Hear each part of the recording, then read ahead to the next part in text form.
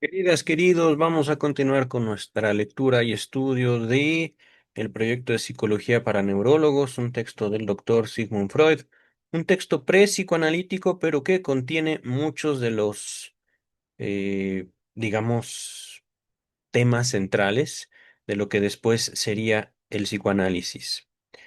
Estamos estudiando la traducción por Luis López Ballesteros, pero cuando compartí esta primera traducción por James Strachey, discípulo directo de Sigmund Freud, yo no sabía compartir pantallas. Ajá. Por eso ahorita, aprovechando que estoy haciendo esta segunda lectura, aprovecho para comparar los textos. Ajá. Están viendo ahorita en pantalla la Standard Edition, que es, digamos, el texto más popular, más conocido dentro del mundo psicoanalítico, mientras que en la otra ventana tenemos la traducción por Luis López Ballesteros, una traducción muy popular aquí en México. No puedo decir lo mismo en otros lugares de América Latina, pero como ven, ya llegamos a uno de los últimos capítulos de la primera parte del proyecto de psicología. De hecho es el último capítulo por lo que estoy viendo. Ajá. No es verdad, el penúltimo. Vamos a ver un capítulo o un texto breve. Hay análisis de los sueños que, como pueden ver, el doctor Freud empezó a ocuparse de las neuronas, empezó a ocuparse de la neurología, anatomía, histología, etcétera, etcétera, etcétera. Muchos de los conocimientos, mucho de la ciencia que le dio forma a su carrera profesional como médico, como neurólogo, y después, a partir de su trabajo con Charcot, a partir de su trabajo con Breuer o Breuer, lo estoy pronunciando de manera diferente, pero es el mismo sujeto, la misma persona, Joseph Breuer o Joseph Breuer. No sé cómo gusten ustedes pronunciar el segundo apellido, es la misma persona, pero su abordaje de la neurosis lo lleva hasta aquí. Ajá. Debo también serles sincero, quiero hacer un resumen de todo el proyecto de psicología, lo más accesible posible, pero es un texto, no sé si decir difícil, es único. Como muchos de los textos de Sigmund Freud, que sí hay que abordarlos de manera directa, hay que incluso también doy cuenta, y yo no puedo señalar que mi lectura haya sido la mejor, pero sí puedo presumir de que es una lectura, ajá, y de que ningún otro canal en todo YouTube, en todo Internet, se ha propuesto leer por sí mismo, por sí misma, toda la obra de Freud. Yo ya lo hice y estoy ahorita en una segunda lectura en otra traducción, ajá. La primera traducción que hicimos, o que la primera lectura que hice, fue de estos textos por Ediciones Amorortu, la segunda que estamos haciendo por Luis López Ballesteros. Pero bueno, ya sin más presentación y presunción por parte de su servidor, dice la nota 169 de López Ballesteros. El siguiente primer intento de exponer una teoría de los sueños es fragmentario en tantos puntos esenciales, es decir, es parcial. Ajá, que difícilmente merece la pena compararlo detalladamente con las hipótesis desarrolladas en la obra magna de Sigmund Freud, La interpretación de los sueños. Ajá. Advertimos que Freud abordó el estudio de los sueños desde dos direcciones. Sus intentos de duplicar la índole del aparato psíquico le facultan, le permiten o le facultan para comprender los mecanismos generales de la formación del sueño o la formación onírica, pero fue solo el análisis de sus propios sueños y la experiencia concreta de su autoanálisis, ahorita hablamos al respecto, lo que le permitió dar el paso adelante que había de conducirle desde la concepción expresada en este proyecto a la que anima la obra, la interpretación de los sueños. Ajá. Es decir, queridas, queridos, aquí el doctor Freud, podemos también señalarlo, sigue apegado a la ética médica. Es decir, el doctor Freud se acerca a los sueños, vamos a verlo a detalle ya en el texto, pero lo podemos presumir como un intento de explicar una psicología normal, un intento de explicar no la mente, sino un funcionamiento del aparato psíquico normal. Ajá. Eh, Cuando digo también de la ética médica, estoy refiriéndome a que eh, seguramente el texto ha de señalar, digamos, un empeño de salud, un esfuerzo, una voluntad, la de Sigmund Freud, que quiere sanar, no necesariamente a sí mismo, ese es el punto. Ajá. No necesariamente aquel germen de la vida que contiene cada alma humana, empezando por la propia, ajá, sino más bien yo como doctor, a partir de lo que yo descubrí en la neurología y luego con la hipnosis y luego en la neurosis, voy a tratar de esquematizar o de presentar un funcionamiento de una mente a partir de los sueños. Ajá. Ahorita vamos a regresar al texto de López Ballesteros. Vamos a ver qué es lo que nos depara este texto, ¿vale? Dice Freud, los sueños exhiben todos los grados de transición hasta la vigilia y de combinación con los procesos psíquicos normales. No obstante, es fácil discernir lo que constituye su carácter onírico propiamente dicho. Onírico se refiere al sueño, a algo relativo al sueño. Ajá. Digamos, aquí también encuentro esta introducción, este primer párrafo como un tanto redundante. Naturalmente, aquí estamos hablando de procesos neuronales. Ajá. Y como les había señalado, digamos, advertido, el doctor Freud trata de entender los sueños desde la neurología, ajá, desde un funcionamiento normal de las neuronas. Ahorita leí procesos psíquicos, pero en sentido estricto, recordemos, el texto se llama Proyecto de Psicología para Neurólogos. Esto, este símbolo que estoy subrayando en el texto, señala o apunta directamente a un conjunto de neuronas que acumulan energía, que acumulan cantidad. Ahorita no veo, de hecho, la acostumbrada Q en este texto, pero es así como se ha definido hasta el momento. Ajá. Procesos no pasaderos o conjunto o sistema neuronal no pasadero, que quiere decir sistemas que, a pesar de que solo se hayan excitado o estimulado una sola vez, se transforman a sí mismas. Ajá. Vamos a continuar con el texto. Número uno. Los sueños carecen de descarga motriz y por lo general también de elementos motores, es decir, de actividad física. Ujú. En el sueño se está paralizado. Aquí, queridas, queridos, por supuesto, debemos señalar la diferencia entre soñar y dormir. Ajá. ¿Por qué? Porque ahorita el doctor Freud no está hablando de las personas que duermen, sino las personas que sueñan. Ujú. Es importante porque aquí se está hablando de un fenómeno subjetivo. Ajá. No está hablando de personas que sueñan necesariamente. Está hablando de un hecho. Ajá. Y podemos también señalarlo o aproximarnos a este hecho como un hecho personal, subjetivo, es decir, individual. Ajá. No está hablando de personas, por ejemplo, que están durmiendo.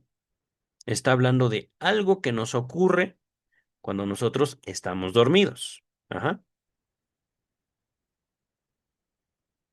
Pero aquí también, digo, puedo continuar aquella observación que les había hecho directamente de la interpretación de los sueños que les dejo en la descripción, cómo Freud señala un evento, un algo que podemos entender viene de las personas como una entidad autónoma. Ajá. Es decir, no dice los productos oníricos, no. Porque si dice productos, se entiende que vienen de alguien. Ajá. Dice literalmente los sueños. Ujú. Aquí sí podemos entenderlo como el sujeto está paralizado. Ajá. Durante el sueño, no durante el dormir, durante el sueño, se está paralizado. ¿Y qué tal? Pregunta seria con los sonámbulos. Las sonámbulas, las personas que estando dormidas, no necesariamente soñando, tal vez sí, tal vez no, pero estamos dormidos, incluso puede pasarnos, y comenzamos a hablar.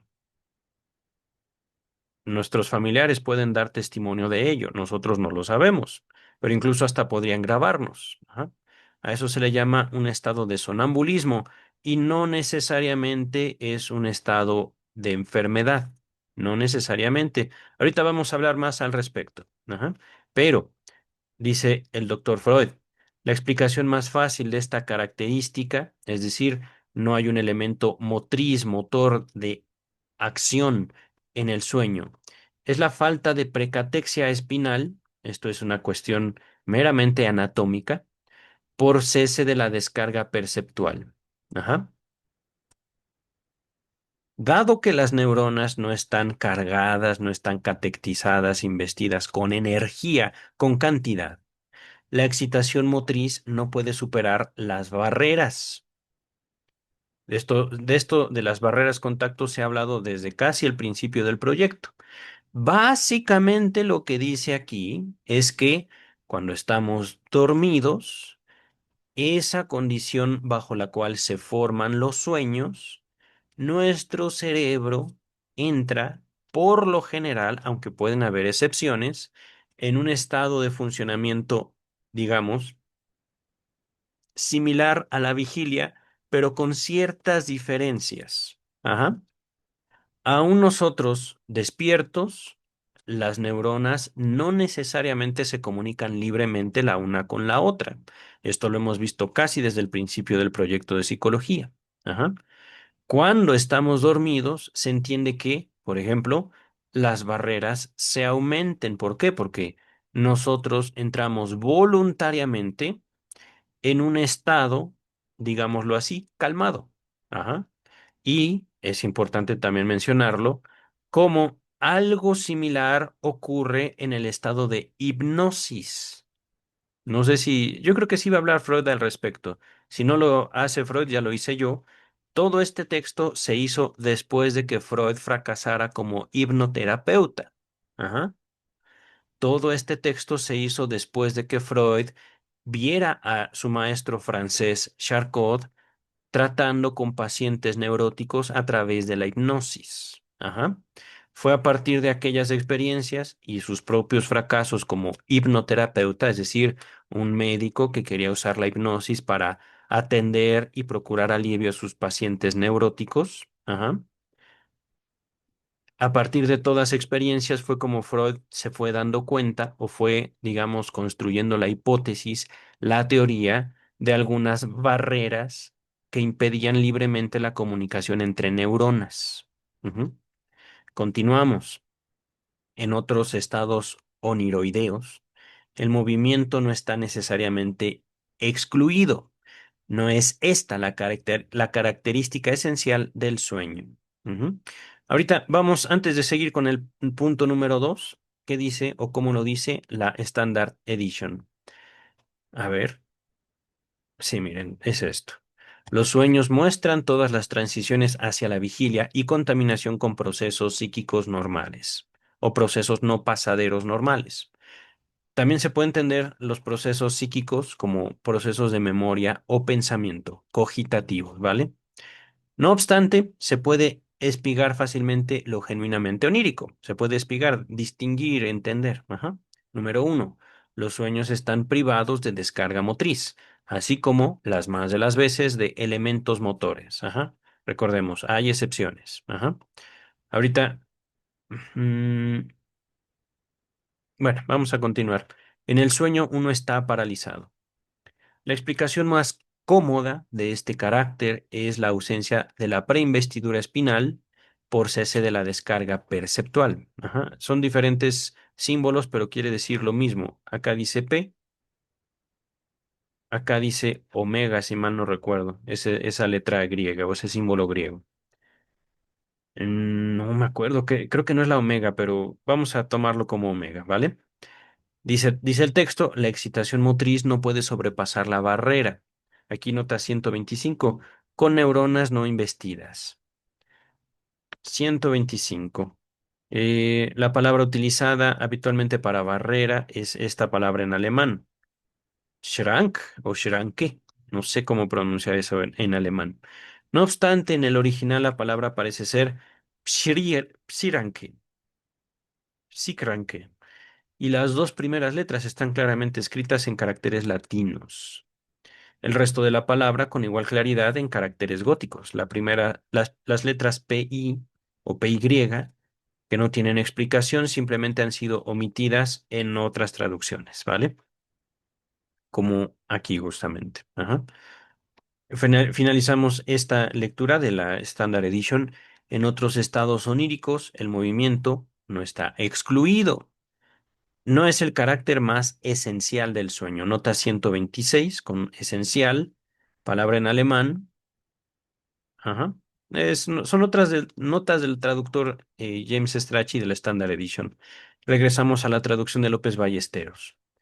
En los sueños, las conexiones son en parte contradictorias y en parte idióticas o aún absurdas o extrañamente demenciales. Este último atributo se explica por el hecho de que en el sueño impera la compulsión asociativa, que sin duda rige también primariamente en la vida psíquica en general. Ahorita hablamos al respecto, está un poquito, digamos, las palabras son un poco extrañas. Termino el párrafo, ¿vale? O yo creo que termino el número 2 y pasamos a la Standard Edition y vemos qué es lo que entendemos de las dos traducciones. Parecería que dos catexias coexistentes, dos cargas que existen al mismo tiempo, necesariamente deben ponerse en mutua conexión. Nota 170. Este punto fue recalcado por Freud en el curso de una larga nota al pie de la Historia Clínica de Emmy von N., fecha del 15 de mayo e incluida en los estudios sobre la histeria que les dejo en la descripción. Se refiere al mismo tema en la interpretación de los sueños, capítulo 5.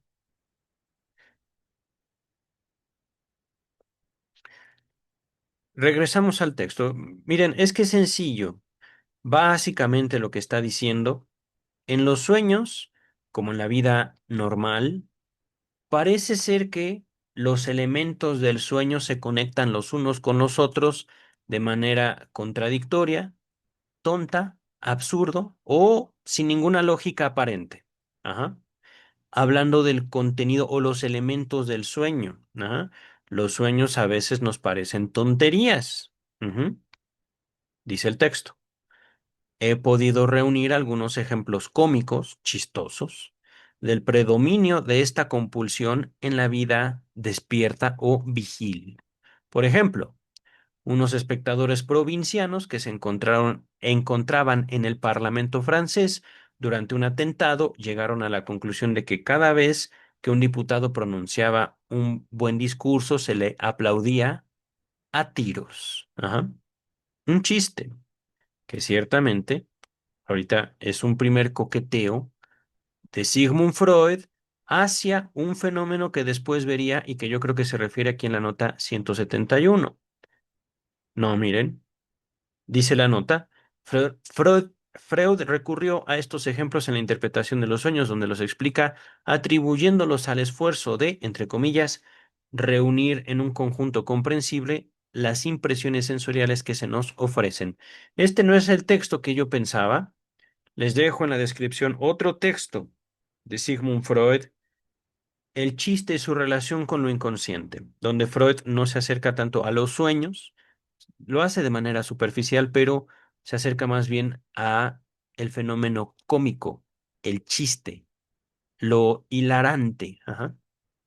Debo decir que el chiste y su relación con lo inconsciente es un texto también que empieza difícil, empieza un poco aburrido, pero al final es uno de los textos más impresionantes de Sigmund Freud. Dice el texto. Los dos atributos, que en realidad son idénticos, demuestran que una parte de las experiencias psíquicas del soñante han sido olvidadas. En efecto, todas aquellas experiencias biológicas que normalmente inhiben, hacen pequeñita el proceso primario, digamos, el proceso de asociación, el proceso de descarga, el proceso de uno más uno son dos y ya ahí termina todo, ajá, están olvidadas. Y ello se debe a la insuficiente catexia del yo. Es decir, estamos nosotros descansaditos, no sabemos nada de nosotros. ¿Por qué? Porque estamos dormidos y de repente la mente empieza a trabajar solita. Ajá. Y de repente, y esto lo señalo ahorita, Freud no lo está diciendo, pero es importante, no como un proceso, digámoslo, enfermizo y que deba de combatirse, sino más bien la mente, al no tener acceso al cuerpo, de esto se trata de la insuficiencia catexia del yo, el yo no controla ya la mente no tiene acceso al cuerpo, al movimiento voluntario, entonces la mente se pone a trabajar por sí y para sí, de la mente para la mente, de mí para mí, pero es una parte de mí de la cual yo por lo generalmente no sé. Ajá. Al momento, si lo notan, y de hecho la palabra que brilla por su ausencia en la mayor parte de todo el proyecto de psicología es lo inconsciente. Por eso estamos hablando de un texto pre-psicoanalítico. Antes del psicoanálisis fue el proyecto de psicología. Pero ya el doctor Freud está buscando justamente aquello que le dé sentido a todo esto que estamos observando en el texto. Dice el texto. El carácter insensato e ilógico de los sueños probablemente obedezca a este mismo hecho.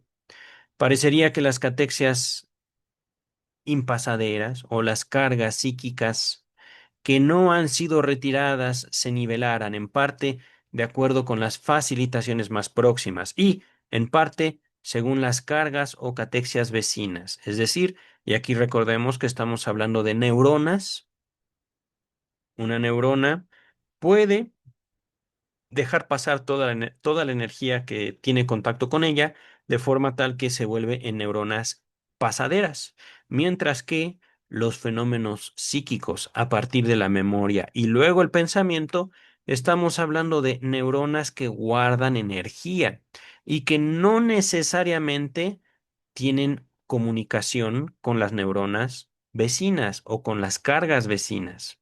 Sin embargo, cuando el sistema entero descansa, cuando el sistema entero, el sistema psíquico, el cerebro, digámoslo así, el sistema nervioso en su conjunto, central y periférico, se aísla del mundo, se puede concentrar en sí mismo y por lo tanto esas catexias, esas cargas, pueden aproximarse, digámoslo así, a las cargas vecinas. Y entonces, las barreras que limitaban la comunicación entre neuronas en el estado de vigilia, cuando ya no tenemos contacto con el mundo y nuestro cuerpo deja de moverse, entonces se comunican fácilmente entre sí. Ajá. Y esto ya es tomado de la interpretación de los sueños directamente, no esto que estoy subrayando, sino lo que les voy a decir. Los sueños se presentan como si fueran alucinaciones normales. Ajá. Es decir, no necesitamos dejar de soñar, porque justamente mientras soñamos, nosotros podemos ver, oler, escuchar, incluso hasta tener sueños muy vívidos, muy realistas, pero al final todo fue un sueño. Nuestra mente trabajando para sí misma, nuestra mente dándose no lo que el cuerpo pide, sino lo que la mente misma necesita. Poquito a poquito, el doctor Freud se acerca a lo inconsciente, pero lo inconsciente es un tema muy amplio, queridas y queridos. Dice el texto, si la descarga del yo fuese completa, el dormir tendría que estar necesariamente libre de sueños. Es una hipótesis, ajá. Pero también en esta hipótesis ya hay un razonamiento, ajá. Estamos hablando igual desde el principio. La descarga, el principio de inercia es para lo que funcionan las neuronas, para lo que funciona el sistema nervioso en general. Ajá. Vivimos para dejar de sentir, sentimos para dejar de sentir. Ajá. Principio de inercia. Y esto no en psicoanálisis, esto directamente en el proyecto. Les dejo, por supuesto, todo el proyecto, toda la lectura que hemos hecho hasta el momento y la lectura ya de el texto completo en la Standard Edition. Ajá. Pero en la primera lectura que hice no sabía yo compartir pantalla, así que ahorita estamos estudiando las dos traducciones. Ajá. Habiendo terminado el punto número 2 de la edición por López Ballesteros, están viendo en pantalla el punto número 2 de la Standard Edition. Ajá. Dice el texto. Los enlaces oníricos son en parte unos contrasentidos, en parte son imbéciles, así está escrito, o aún carentes de sentido, de una rara locura. Ajá. Fíjense cómo cambia un poquito. De traductor a traductor. James Strachey, López Ballesteros. Ajá. Dice el texto. Este último carácter, el de la rara locura, se explica por el hecho de que en el sueño, como primariamente o de inicio en la vida psíquica en general, gobierna la compulsión a asociar la necesidad que se nos impone a asociar. Ajá. Aquí me gustó esto. Nota 127. Esto ya había sido mencionado, dice el traductor. Freud había examinado esta compulsión a asociar en una larga al pie, etcétera, etcétera. Ya lo habíamos visto. Emmy von N. Estudio sobre la histeria. Allí lo aplicó a una elucidación, a un razonamiento, a un argumento de la falta de significado de los sueños, idea sobre la cual volvió en la interpretación de los sueños, volumen 4. Son solo dos volúmenes, pero abarca el volumen 4 y 5 de la Standard Edition. Ajá. A ver, ¿en qué me quedé? Es verdad. Aquí, nota 127. Al parecer, dos investiduras o cargas presentes de manera simultánea tienen que ser puestas en conexión. Ajá. Cuando hablamos de investiduras, estamos, recuerden, hablando de neuronas y estamos hablando de cantidad, al menos en el proyecto de psicología. Ya después Freud abandona la representación neuronal para concentrarse no en neuronas investidas, sino en representaciones investidas. Ajá. Cuando hablamos de representaciones en psicoanálisis, estamos hablando de ideas, fantasías, ocurrencias, percepciones, etcétera, etcétera, etcétera. Todo contenido psíquico individual. Ajá. Porque ya cuando hablamos de un contenido psíquico en conjunto, estamos hablando de complejos en psicoanálisis. Dice el texto, Standard Edition. He recopilado cómicos ejemplos sobre el imperio de esta compulsión en la vigilia. Por ejemplo, unos provincianos presentes en la barra de la Cámara de Diputados francesa cuando el atentado, una bomba, extrajeron la conclusión de que ahí tenían por costumbre disparar un tiro como signo aprobatorio tras cada buen discurso de un diputado. Nota 128, nuevamente nos refiere o nos remite a la interpretación de los sueños. Ajá. Continúa, Standard Edition. Los dos carentes, los otros dos caracteres, perdón, los otros dos caracteres, en verdad idénticos, prueban de que una parte de las experiencias psíquicas se ha olvidado. De hecho, están olvidadas todas las experiencias biológicas que de ordinario inhiben o dificultan el proceso primario. Y ello debido a la falta de investidura yoica. Ajá. Es probable que corresponda reconducir a este mismo carácter el asentido y la alógica, es decir, la falta de sentido y la falta de lógica del sueño. Unas investiduras psíquicas o no pasaderas, no recogidas, se nivelan en parte siguiendo sus facilitaciones más próximas y en parte siguiendo las investiduras vecinas. Si la descarga del yo fuera completa, se dormiría sin sueños. Aquí me gustó más esto. ¿Qué quiere decir eso, queridas, queridos? Freud está aquí presumiéndonos o haciéndonos evidente, patente, obvia su influencia darwiniana. Si algo existe, es porque ese algo tiene una función. Ajá. Punto número 3, comenzamos con la Luis López Ballesteros. Déjenme ver, este está un poquito extenso. Vamos a darle, si se puede, de corrido. Las ideas oníricas, las ideas del sueño son de carácter alucinatorio. Despiertan conciencia y hallan crédito. Se entiende que crédito que se creen. Ajá. Esta es la característica más importante del dormir. Una característica que se manifiesta al punto en las alternativas del duerme vela, quien no duerme. A ver, no sé si estoy interpretándolo bien. Dice el texto, cerrados los ojos se alucina y apenas abiertos se piensa en palabras. Antes de continuar, nota 172, esta es la característica más importante del dormir o del soñar, dice la versión inglesa, corrigiendo a Freud. Ok, a ver, ahorita lo vemos, seguramente con versión inglesa es James Strachey. Sí, miren, del dormir. Tiene razón. Ah, no, miren. Miren, ya lo vimos. Creo que esta dinámica también es bella. Eh, regreso acá. Luis López Ballesteros. Las ideas oníricas son de carácter alucinatorio, despiertan conciencia y hallan crédito. Las representaciones oníricas son de índole alucinatoria, despiertan conciencia y hallan creencia, dice James Strachey, la traducción inglesa. Ajá. Nota 173. No hemos avanzado, pero dice aquí.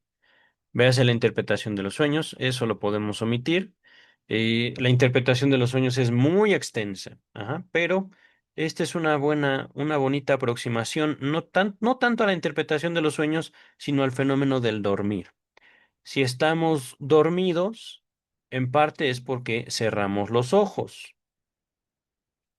Si nosotros abrimos los ojos, se piensa en palabras. Ajá. Eso está bello. Dice el texto, existen varias explicaciones del carácter alucinatorio de las catexias o de las cargas oníricas. En primer lugar, podría admitir que la corriente de la percepción a la motilidad en la vida del despierta habría impedido toda carga o catectización retroactiva de las neuronas perceptuales desde las neuronas no pasaderas o psíquicas y que al cesar dicha corriente perceptual sería retroactivamente catectizada, dándose con ello las conducciones para la producción de la cualidad. ¿What? Está sencillo, queridas, queridos, pero déjenme ver. Esta interpretación de la regresión en los sueños es considerada y criticada en la interpretación de los sueños. Recordemos, ahorita esta es una hipótesis. Ajá. Freud no puede asegurar que las neuronas, digámoslo así, funcionen de esta manera. Ujú. Pero él mismo está tratando de explicarse por qué cuando soñamos, vemos, oímos, olemos o incluso podemos sentir el tacto. Ajá. Todo eso que estoy mencionando, una corriente. Es decir, el mundo nos estimula, el mundo nos toca, el mundo nos hace ver, oír, saborear, etcétera, etcétera, etcétera. Ajá. Pero de hecho, aquí hablamos de, si mal no recuerdo, los procesos primarios. Ajá. Sentimos, hacemos y regresamos a la tranquilidad. Ajá. Pero cuando nosotros cancelamos la actividad, cancelamos de manera voluntaria el contacto con el mundo, dice catectización o carga retroactiva. Ajá. Desde las neuronas de la memoria hacia las neuronas perceptuales. Ajá. Es decir, así creo yo, pienso yo, teorizo, levanto una hipótesis de por qué soñamos. Ajá. Se entiende. Ajá. Seguramente aquí también interpretación de los sueños. Así. Ok. Ya lo habíamos visto. Vamos a ver esta parte en la Standard Edition, ¿vale? He ahí el carácter más importante o sustantivo del dormir. De igual modo, se presenta en el adormecimiento alternante con la vigilia. Uno cierra los ojos y alucina, los abre y piensa con palabras. Eso está literal en las dos traducciones. Existen varias explicaciones para la naturaleza alucinatoria de las investiduras oníricas. En primer lugar, se podría suponer que la corriente, la estimulación desde lo psíquico hacia la motilidad, ha impedido en la vigilia una investidura retrocedente de las neuronas perceptuales de, otra vez, la retrocedente de las neuronas perceptuales desde las psíquicas o no pasaderas. Con el cese de esta corriente, lo perceptual es investido o estimulado en sentido retrocedente y así está dada la condición de cualidad. Ajá, creo que ahí nos quedamos, Standard Edition. Ajá. Esta era la nota 130, hablando de la estimulación retroactiva. Ok, miren, esto yo creo que sí va a ser importante, el apéndice A, ubicado al final de la parte uno. No vi que estuviera el apéndice A en la traducción por López Ballesteros, pero vamos a continuar. Dice López Ballesteros. Bueno, antes de avanzar, con cualidad se refiere a forma. Ajá. Cualidad en oposición a cuantidad, cantidad, que se habla de una intensidad. Cualidad es decir, eh, lo que identifica un objeto, digámoslo así. Ujú. Un mismo objeto puede, digamos, tener diferentes formas, diferentes cualidades. Por ejemplo, pienso en plumas, pienso en zapatos. No hay una forma única de zapatos, no hay un solo material de zapatos, sino hay muchos. Ajá. Dice el texto, el único argumento contrario es el de que las neuronas perceptuales deberían encontrarse protegidas contra la carga o catectización desde lo psíquico o desde lo impasadero por el hecho de estar descatectizadas o sin carga, sin cantidad, igual que ocurre con la motilidad. Ahora no lo entiendo del todo. A ver, vamos a ver. Digo esto, donde nos quedamos en cualidad. ¿Dónde está? ¿Dónde está?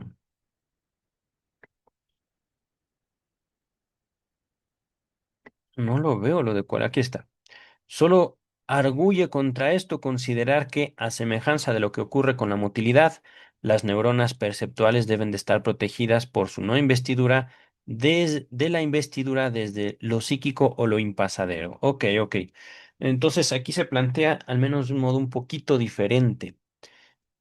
Si habíamos hablado al principio de este video, al principio de este texto, de las barreras contacto, repito, esas barreras contacto tienen una función. Ajá. Una función que, por ejemplo, podemos decir que se haya alterada, que se haya disminuida en aquellos estados que la medicina de aquellos tiempos y la medicina de hoy, de actual, considera como psicosis. Ajá. Aquí de manera breve, una observación sobre la psicosis. Ajá. Sabrán ustedes, queridas, queridos, que soy un fuerte crítico de la salud mental. Ajá. Entre otras cosas, no es porque yo estime a los psicóticos como inexistentes, en absoluto. Ajá.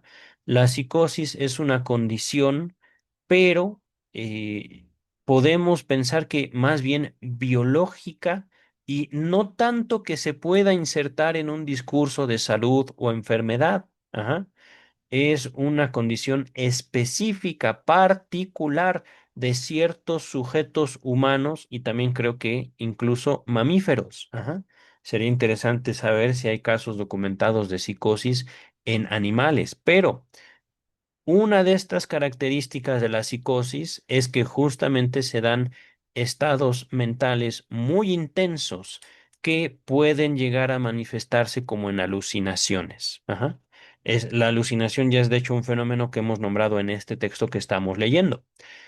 Estos estados, que repito yo, no considero yo enfermizos, sino más bien de un funcionamiento alterado, de un funcionamiento distinto, pueden producirse a partir de ciertas estimulaciones. Es decir, voy a poner ejemplos que yo he observado en mi práctica clínica e incluso en mi vida, no necesariamente en mí, sino en otras personas. Ajá. Gente que, por ejemplo, se queda sin poder dormir por días o hasta semanas. Ajá. Si una persona no duerme durante 2 o 3 días, comienza a alucinar. Ajá. Y esto como un fenómeno natural. El mismo organismo entra en un estado de tensión tan elevado que justamente las barreras, y esto ya es un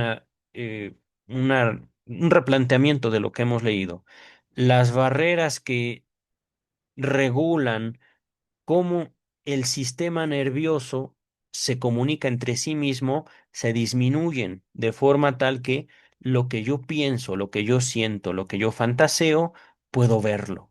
Ajá. Y esto, en un estado de no poder dormir, resulta sumamente feo, tenso, incluso aterrador. Ajá. Otro fenómeno, que esto también se puede generalizar, a mamíferos o básicamente a cualquier miembro de la raza humana, es la procuración de alucinaciones a través del consumo de sustancias que puede ser desde alcohol, una intoxicación etílica considerable o severa, hasta procesos culturales, por ejemplo, en México, chamánicos, gente que va con el chamán, con los brujos, para vivir experiencias alucinatorias, gente que consume, por ejemplo, la ayahuasca o otros químicos que les permiten alucinar. Otra experiencia también, de esto no he tenido tanta información o no he encontrado gente que lo practique tanto, pero sí tengo conocimiento de que existen. Es gente que recurre a los ácidos sintéticos para alucinar e incluso en la misma historia de la psicología, no del psicoanálisis, sino específicamente de la psicología, terapias que usan o ya sea el consumo de productos naturales o sintéticos, pero que buscan hacer alucinar a la gente. Ajá. Una de estas, entre comillas, terapias todavía se practica en México, repito, no por profesionales de la psicología, sino más bien por gente que se dedica a ello, digamos, a estos empeños, entre comillas, terapéuticos, cobran estas personas. Se les llama en México, en la Ciudad de México particularmente, grupos de autoayuda, alcohólicos anónimos. Estos, digamos, estados de tensión que terminan siendo la mayor parte de las veces alucinatorios, se les llama en México, en la Ciudad de México, el cuarto y quinto paso. Es una modificación o una apropiación del programa de Alcohólicos Anónimos propiamente estadounidense, propiamente, digamos, pensado de manera diferente, pero que en México, por ejemplo, se hacen grupos a partir de los cuales se lleva a gente, grupos de mucha gente, estamos hablando de entre, ¿qué les gusta? De 10 a 50 tal vez hasta 100 personas que llegan a un lugar muy apartado, necesariamente yo creo que lejos de las ciudades, y donde les prohíben dormir por al menos 2 días. Ajá. Sin dormir y sin comer, estas personas entran en un estado de tensión tan tremenda que justamente tienen alucinaciones que se insertan en el discurso de Alcohólicos Anónimos, cuarto y quinto paso, ustedes búsquenlo, revísenlo y buscan así, entre comillas, lograr un despertar espiritual. Por supuesto, esta clase de prácticas no son recomendables porque pueden causar daños cerebrales. Ajá. Y el cerebro no se cura como cualquier otra parte de nuestro cuerpo. Pero, queridas, queridos, me estoy desviando del texto. Estamos hablando, bueno, desviado solo un poquito, ajá, porque justo estamos dándonos cuenta cómo el doctor Freud, a pesar de que no vivió en México, a pesar de que, digamos, no está documentado o su investigación no se inserta en prácticas culturales, sí se puede entender desde este punto, desde otro punto de vista. Ajá. Y las hipótesis bajo las cuales después se apoyó para sostener el psicoanálisis todavía se sostienen para el año 2025. Ajá. Ahorita regresamos al texto, que recordemos, estamos preguntándonos sobre la posibilidad de analizar los sueños. Ajá.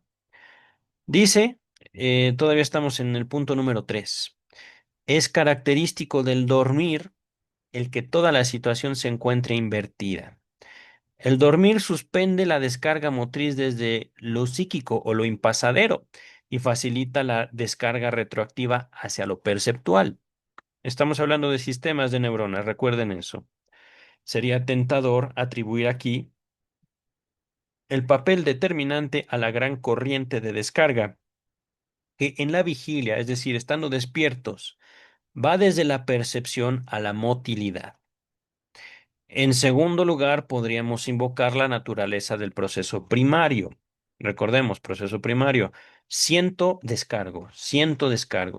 Lo que yo hago es justamente para aliviarme cierta tensión. Ajá. Señalando que en el recuerdo primario de una percepción es siempre una alucinación. Ve hacia abajo. Y que solo la inhibición por parte del yo nos ha enseñado a no cargar o catequizar nunca la percepción de manera tal que pueda transferir carga o catexia o cantidad retroactivamente al sistema perceptual. Ajá. Es decir, podemos también entenderlo así, la mente nos sirve a todos los seres humanos o a los organismos complejos, podemos entenderlo también otros mamíferos, la mente nos sirve para establecer una relación de supervivencia con el mundo. Ajá. De lo contrario, si nosotros no pudiéramos regular, digamos, la información que viene de adentro de los sistemas perceptuales, perdón, de los sistemas psíquicos a los sistemas perceptuales, entonces nos pasaríamos alucinando siempre. Ajá. Condición justamente, o bueno, al menos la mayor parte del tiempo, en aquellas situaciones que he descrito en este video, ya sea o como psicosis, natural o por intoxicación o por tensión, ¿vale? Dice el texto, para ser más admisible esta hipótesis, podría aducir que la conducción de los, lo perceptual a lo psíquico es, en todo caso, más fácil que de lo psíquico a lo perceptual. De modo que una carga psíquica de una neurona, aun cuando sea mucho más intensa que la catexia perceptiva de la neurona misma, no debe entrañar necesariamente una conducción retroactiva. Ajá. Es básicamente lo que he estado describiendo, queridas, queridos. Este procesamiento de información que va principalmente de lo perceptual a lo psíquico es un mecanismo adaptativo. Ajá. Dice el texto. Esta explicación es apoyada aún por el hecho de que, en el sueño, la vivacidad de la alucinación es directamente proporcional a la importancia, es decir, la catexia cuantitativa, la intensidad, ajá, intensidad, importancia, ajá, de la idea respectiva. Esto indicaría, oh, miren, aquí hay un cambio ya. Recuerden, acá estamos hablando de neuronas, aquí ya hay idea. Esto indicaría que es la cantidad, ahí está la Q, la que condiciona la alucinación. Si en la vigilia llega una percepción desde lo psíquico, desde lo perceptual, perdón, desde el sistema pasadero, neuronas sensibles, ajá, y que no guardan energía. La catexia o la carga de lo psíquico, el interés, se torna más nítida, pero no más vívida. O sea, que no altera su carácter cuantitativo. Ujú. Supongamos, estamos nosotros en el transporte público. Sin nosotros quererlo o buscarlo, nos llega un olor familiar. Ese perfume lo usaba mi pareja pasada. ¡Pum! No lo buscamos. Llegó. Y es verdad, no es ninguna alucinación. Ajá. Pero es un estímulo, es un algo que llega desde afuera y ¡pum! Encuentra un eco adentro. Ajá. Vamos a la Standard Edition para finalizar el punto 3. Esto ya lo habíamos leído, me parece. Uno podría inclinarse a atribuir aquí el papel decisivo de la gran corriente descarga de vigilia, que va desde lo perceptual a la motilidad. Nota 131. Ve esa interpretación de los sueños. Gracias, vámonos. En segundo lugar, uno podría recurrir a la naturaleza del proceso primario. Recuerden, el principio de inercia, buscar aliviar lo más rápido posible. Ajá. Aquí no hay pensamiento, no hay memoria, no hay nada, simplemente pum, pum, pum, pum, pum. Ajá. Y consignar que el recuerdo primario de una percepción es siempre una alucinación y que solo la inhibición por el yo ha enseñado a no investir nunca una imagen percepción de tal modo que se pueda transferir sobre, sobre el sistema pasadero en sentido retrocedente. Véase las páginas anteriores, aquí dice, pero vamos a continuar. Y a raíz de ello se podría consignar, para facilitar aquel supuesto, que la conducción de lo perceptual a lo psíquico o de lo pasadero a lo impasadero se cumple en todo caso más fácilmente que la conducción de lo impasadero a lo pasadero. De suerte que, aunque una investidura no pasadera de una neurona sobrepasara en mucho la investidura percepción de la misma neurona, no por ello solo habría conducción retrocedente. Aquí quiero enfatizar cómo la distinción de neuronas pasaderas e impasaderas es teórica, es decir, puede haber neuronas que sean las dos al mismo tiempo, ajá, o que tengan cierto potencial, ya sea de dejar pasar o de acumular la cantidad, la estimulación, la intensidad, ajá, la energía. Ujú. De esto se habló, me parece, en el capítulo 4 o 5 del proyecto de psicología. Ajá. De hecho, es algo que también se puede entender así, sistema primario, digamos, incluso desde la psicología cognitivo-conductual, estímulo-respuesta. Sistema o proceso secundario, ya estamos hablando de un aprendizaje, estamos hablando de la capacidad que tiene el sistema nervioso de transformarse a sí mismo a partir de solo una estimulación, eh, a través del cual incluso podemos encontrarnos con individuos, es decir, gente que neuronalmente pueda aprender con una facilidad increíble, ajá, como si siempre pudieran retenerlo todo. Ajá. Dice el texto. ¿Dónde estás? ¿Dónde me quedé? Aquí. Además, en favor de esta explicación, aboga la circunstancia de que en el sueño la vividez de la alucinación está en relación directa con la importancia o significatividad del valor psíquico, o sea, con la investidura cuantitativa de la representación de que se trata. Ajá. Aquí ya se habla de representación, en el otro texto se hablaba de idea. Ajá. Dice el texto, esto indica que es cantidad lo que condiciona la alucinación. Si en la vigilia llega una percepción del sistema perceptual, del sistema pasadero, por investidura no pasadera o por investidura psíquica, llamada interés también, ella sin duda se volverá más nítida, pero no más vívida. No cambia su carácter de intensidad o cuantitativo. Ajá. Queridas, queridos, ya vamos más de la mitad. Nos falta, como verán, un poquito más de una página en la Standard Edition. Aquí seguramente igual. Ah, miren, esto es más rápido. Este tiene menos notas. O bueno, creo que menos notas. Aquí solo hay una. Dice, punto número 4. La finalidad y el sentido de los sueños, por lo menos de los normales, no sé a qué se refiere con eso, pero dice el texto, pueden ser establecidos con certeza. Los sueños son realizaciones de deseos. ¡Wow! Es decir, procesos primarios que siguen a experiencias de satisfacción.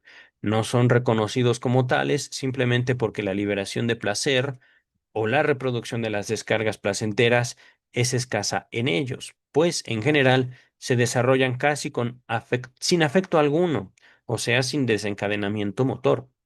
Es muy fácil demostrar, empero, que esta es su verdadera índole.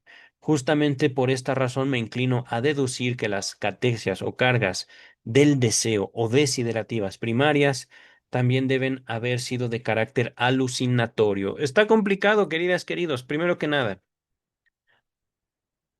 esto yo lo nombro como la tesis fundacional del psicoanálisis. Ajá. Si mal no recuerdo, es el título del capítulo 3 de la interpretación de los sueños, o tal vez el 4. Ajá.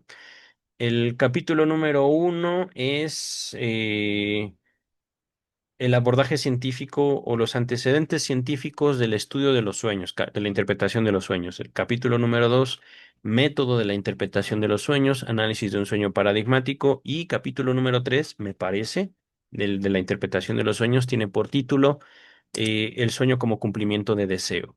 Ajá. Eh, Aquí seguramente nos dirá, ¡pum! Freud llegó a esta conclusión después de haber interpretado el sueño de la inyección de Irma. En julio de 1895, véase la carta dirigida a Wilhelm Fliess, número 137. Parecería que no hubiese vinculado todavía el análisis de este sueño con su propio análisis. Nope. En aquel se traduce la orientación dinámica, pero no todavía la genética, es decir, hay una intención, pero no sabemos por qué. Ajá. Justo esto vendría después en la interpretación de los sueños a través de el autoanálisis de Sigmund Freud para poder dar cuenta de esa naturaleza inconsciente o no voluntaria de lo psíquico, separando de manera tajante al psicoanálisis de la filosofía. Ahorita regresamos al texto donde me quedé. Es esto, ¿no? Básicamente, esto les había dicho, tesis fundacional del psicoanálisis. Aquí lo que está diciendo es, no podemos por lo general reconocer al sueño como un deseo cumplido, no por cumplir, sino ya el sueño lo cumplió, porque justo falta la descarga. Falta, ahí dice, el afecto. Ajá. Pero se puede también entender como el acto.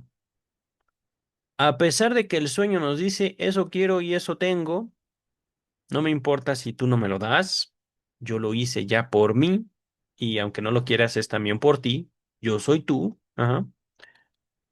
Eh,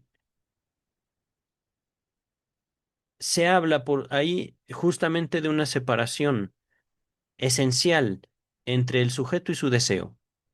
Ajá. Una separación que también no solo teórica, sino de manera práctica y fáctica, da por conclusión la decisión psíquica y por lo tanto una vida emocional inconsciente. Es decir, para el psicoanálisis, la mente es fundamentalmente involuntaria. Ay, se me quebró la voz. Involuntaria. La mente es, en esencia, ajena al querer. Sentimos sin querer, pensamos sin querer, hacemos incluso sin querer. Ajá. Para el psicoanálisis, la mente no es conducta. La mente es esencialmente algo que ocurre sin que nos demos cuenta, como individuos, como sujetos. Ya de manera general, de hecho esa es una de mis hipótesis en mi propio libro, en general tampoco queremos un estado y aún así existe un estado, hablando no de una cosa, sino más bien de una formación social. Ajá. La gente por lo general ataca no solo al gobierno de cualquier país, sino a la sociedad en general. La sociedad es enferma, la sociedad es esto u otro, pero aún así la sociedad existe. Ajá. Por decirlo de una manera. Ujú. Entonces, queridas, queridos, están viendo traducción Luis López Ballesteros. Vamos a la Standard Edition. El fin y sentido de los sueños, al menos de los sueños normales, ¿se entiende? Se puede establecer con certeza. Son cumplimientos de deseo. Vale decir, procesos primarios siguiendo las vivencias de satisfacción y si no se les discierne como tales, solo se debe a que el desprendimiento de placer o la reproducción de las de huellas de descarga de placer es en ellos pequeñito, pequeño, porque en general transcurre casi sin afectos o sin desprendimiento motor. Sin embargo, estas, es, bueno, así dice, esta su naturaleza es muy fácil de comprobar. He ahí justamente yo deduciría que la investidura de SEO primaria fue también de naturaleza alucinatoria. Aquí está hablando, queridas, queridos, no de otra cosa, sino de el primer deseo. Las primeras formaciones de deseo. Aquí, queridas, queridos, como verán, nos manda más atrás, me parece, sí, más atrás, pero también podemos ir más adelante. Inhibición, síntoma y angustia. Ajá. No es tan... Se los dejo en la descripción, pero ahorita también se los resumo. E incluso también más allá del principio de placer. Básicamente, nosotros podemos sentir incluso estando en el vientre de mamá. Ajá. Incluso aun cuando no podíamos abrir los ojos y aunque los abriéramos no hubiéramos visto nada. Sin poder necesariamente interactuar con el mundo, ya nuestro cerebro, ya nuestro sistema nervioso sentía o percibía ciertas cosas, y una de las cosas que percibíamos era nuestra completud orgánica. Ajá. Por qué llamamos completud? Esto es un aporte mío, no es necesariamente de Freud, pero aquí me aproximo un tanto a justamente algo que atraviesa desde la interpretación de los sueños hasta el esquema del psicoanálisis. Ajá. Por un lado es la castración, sí, pero también por otro lado es el principio de placer y sin duda también el principio de nirvana. Ya estoy hablando palabrejas psicoanalíticas. Básicamente, viviendo en el vientre materno, no necesitábamos de nada, pero nacemos a un mundo donde tenemos que aprender a vivir. Ajá. Habiendo perdido la experiencia intrauterina, podemos, y justamente, buscamos revivirla a través de cualquier fuente de placer, queridas y queridos. Cualquiera. ¿No han estado ustedes, por ejemplo, en compañía de un ser querido, amado, y no quieren que el tiempo junto a él o junto a ella se acabe? Está en la naturaleza del deseo buscar invadir toda la realidad del sujeto. Ajá. Y eso, al menos en teoría, es algo que logran los niños a edad muy temprana, pero que poco a poco, justamente para podernos insertar en la vida, tenemos que, no sé si aprender, no creo que es algo que se aprenda, más bien se sacrifica esa posibilidad de vivir completos. Es decir, ya sin mamá, ya sin dormir, ya sin meternos en una burbujita, por ejemplo. Ajá. Esto también lo comento yo en mi libro. Mi libro se los dejo en la descripción, no para que lo compren, sino para que me escuchen leerlo. Ajá. Se los dejo al final de las listas de reproducción. Yo creo que voy a cambiar el título de mi libro. Yo creo que le voy a poner El origen de la ley, porque tiene todo el sentido justamente que le quiero dar. Ajá. Ya el libro está escrito, publicado, lo encuentran en Amazon como Sexualidad infantil y crimen, Psicoanálisis del Estado, volumen uno, pero voy a cambiar la primera parte del título por El origen de la ley y será El origen de la ley, Psicoanálisis del Estado, volumen uno. Yo creo que en poco tiempo publico la segunda parte y la tercera. Ay, Dios mío, me falta vida, me falta tiempo, pero cada vez tengo más. Dice el punto número 5 de la traducción de Luis López Ballesteros. Es notable cuán mala es la memoria de los sueños y cuán poco daño hacen los sueños en comparación con otros procesos primarios. Sin embargo, esto se explica fácilmente por el hecho de que los sueños siguen en su mayor parte las viejas facilitaciones y no motivan por ello ningún cambio. Además, porque las vivencias no pasaderas se mantienen apartadas de los sueños. ¿Y por qué? Debido a la parálisis de la motilidad, no dejan tras de sí rastro alguno de descarga. Ajá.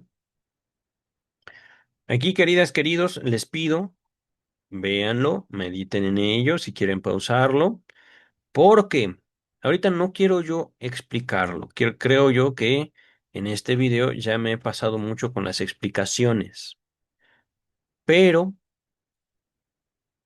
yo creo que uno de los secretos del psicoanálisis es entender que bajo un símbolo se pueden esconder muchas cosas. Bajo una palabra o bajo un conjunto de palabras también se pueden entender muchas cosas. Una cosa va ligada con la otra. Ujú. Ahorita regresamos a la Standard Edition, punto número 5. Es notable la mala memoria que se tiene para los sueños y su escasa nocividad por comparación con otros procesos primarios. Pero esto se explica fácilmente porque las más de las veces los sueños andan por facilitaciones antiguas. Vale decir que no pueden producir ninguna alteración porque las vivencias perceptuales son apartadas de ellos, o las vivencias pasaderas, ¿vale? ¿Y por qué? A causa de la parálisis de la motilidad, los sueños no dejan huellas de descarga como secuela. Me surge la duda. ¿Vivencias? Sí. Miren, aquí cambia. Vivencias no pasaderas, y acá son las vivencias pasaderas. Aquí, nota 136. Ah, miren,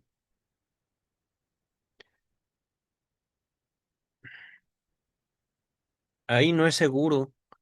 Recordemos que el texto que estamos estudiando, el proyecto de psicología, no fue un texto que Freud quisiera publicar.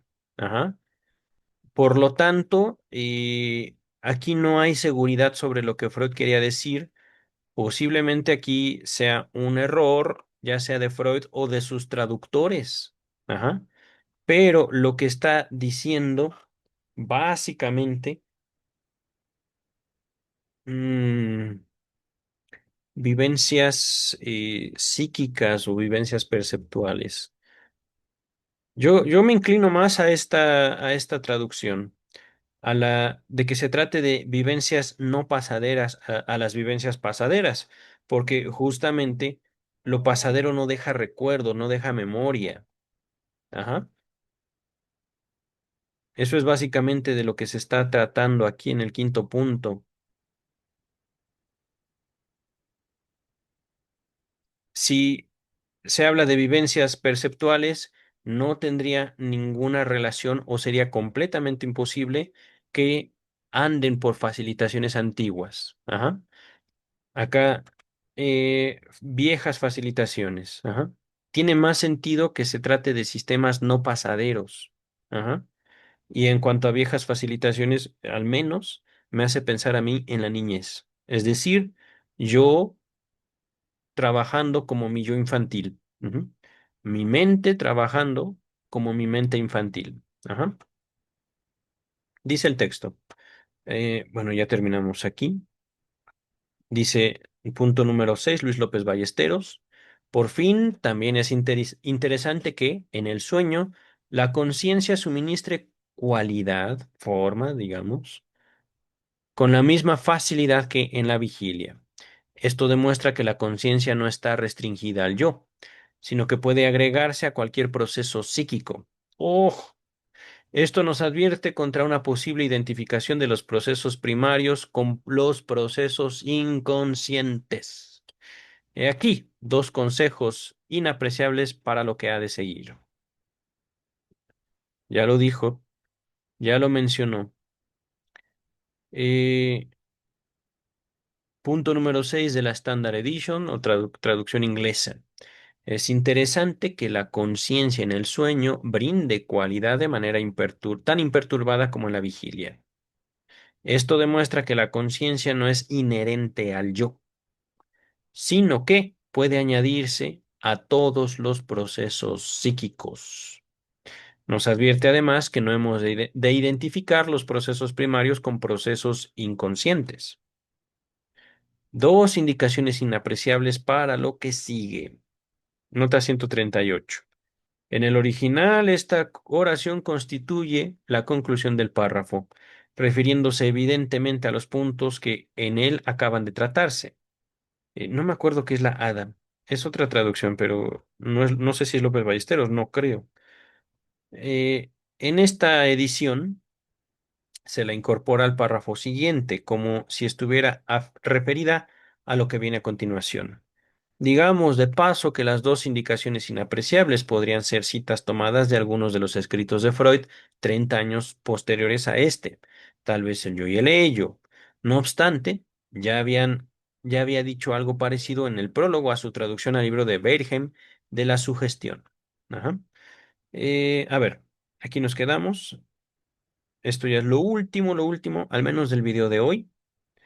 Si al recordar un sueño interrogamos a la conciencia en cuanto a su contenido, comprobaremos que el significado de los sueños como realizaciones de deseo se halla encubierto por una serie de procesos psíquicos o no pasaderos, todos los cuales volveremos a encontrar en las neurosis, siendo allí característico de la índole patológica de dichos trastornos.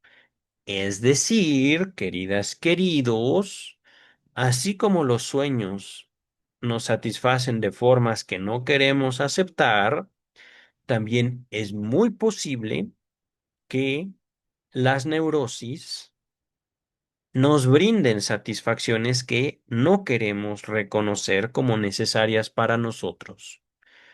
Y yéndonos al año 2025, cuando ya no existen neurosis de acuerdo a las autoridades médicas, ellos o ellas se lo pierden. Lo psíquico domina incluso a la voluntad humana. Tal vez lo he puesto muy abstracto. Somos más grandes como seres humanos, como humanidad, de lo que queremos reconocer. El éxito, la integración social, no son nada. La economía, pienso incluso el derecho, es poco en relación, no al psicoanálisis, incluso el mismo psicoanálisis es poco en relación al deseo humano. Ajá. El deseo humano es libre de la humanidad misma. Ujú. Finalizamos con la lectura de este último párrafo en la Standard Edition. Sí, en caso de haberse conservado memoria de un sueño, se inquiere a la conciencia por el contenido que tuvo. Se averigua que el significado de los sueños como como cumplimientos de deseo es ocultado por una serie de procesos psíquicos o no pasaderos, todos los cuales se reencuentran en las neurosis y caracterizan la naturaleza patológica de estas. Nota 139. Hay un párrafo semejante en la interpretación de los sueños, tal donde se enumeran y describen estos procesos patológicos. Queridas, queridos, finalizamos por hoy. Ya estamos a punto de finalizar la primera parte de el proyecto de psicología. Me gustaría, como les había comentado, de hecho ya estoy trabajando en eso, de un resumen, al menos de la primera parte del proyecto de psicología. Es un empeño considerable el que tengo, el resumen, pero lo hago también con gusto y también porque yo mismo me he sentido muy enriquecido de este estudio del proyecto de psicología. Y les recuerdo que la intención de estos estudios, de la obra completa de Sigmund Freud, es mantener no solo el interés, sino también una aproximación cada vez más simple a la obra de Sigmund Freud. Ajá. Y sin duda gratuita en YouTube. Mi intención es también ahorita que, digámoslo así, estoy atravesando un momento de cambio en mi vida y darle una nueva cara, un nuevo abordaje a estos estudios que estoy haciendo sobre la obra de Sigmund Freud y sobre un mundo que Freud no vivió. Ajá, porque yo estoy vivo, Freud no. No estoy diciendo con esto que yo sea mejor, les aclaro desde el momento, yo no puedo prescindir de la obra de Sigmund Freud. Para mí, no es que esto sea la salvación, no es que Sigmund Freud me haga ser mejor persona, pero sí me ha traído un alivio que no puedo ahorita describir. Ajá. Razón por la cual muy probablemente yo siga estudiando psicoanálisis el resto de mi vida. Ujú. Pese a que yo me dedique a lo que pueda dedicarme. Ajá. Por el momento, queridas, queridos, vamos a finalizar este pequeño estudio, esta pequeña lectura o abordaje, para vernos el próximo miércoles con las críticas a Sigmund Freud. Estamos leyendo Freud, El crepúsculo de un ídolo, y los días viernes, Vida y obra de Sigmund Freud por Ernest Jones. Ya estamos por acabar la obra de Ernest Jones. Estamos, yo creo que como a entre 5 y 8 semanas para que acabemos la biografía completa, la biografía oficial de Sigmund Freud. Ya tengo el siguiente texto que vamos a estudiar después de Ernest Jones. Seguramente no podré compartirlo como ahorita estoy compartiendo la obra de Freud. Les recuerdo que me doy ese permiso, esa autorización, a pesar de que se siguen vendiendo las obras completas de Sigmund Freud. Ya cumplieron su, digamos, cuota legal para que nosotros podamos compartirla de manera gratis y de forma legal. Ajá. No así otros textos que quiero abordar en este espacio y que quiero compartir con ustedes. Ujú. Por el momento, bástenos. Nos estamos viendo pronto y cuídense mucho, queridas, queridos, y esperen, por supuesto, noticias de este espacio y de su servidor. Noticias positivas, pienso yo. Hasta luego.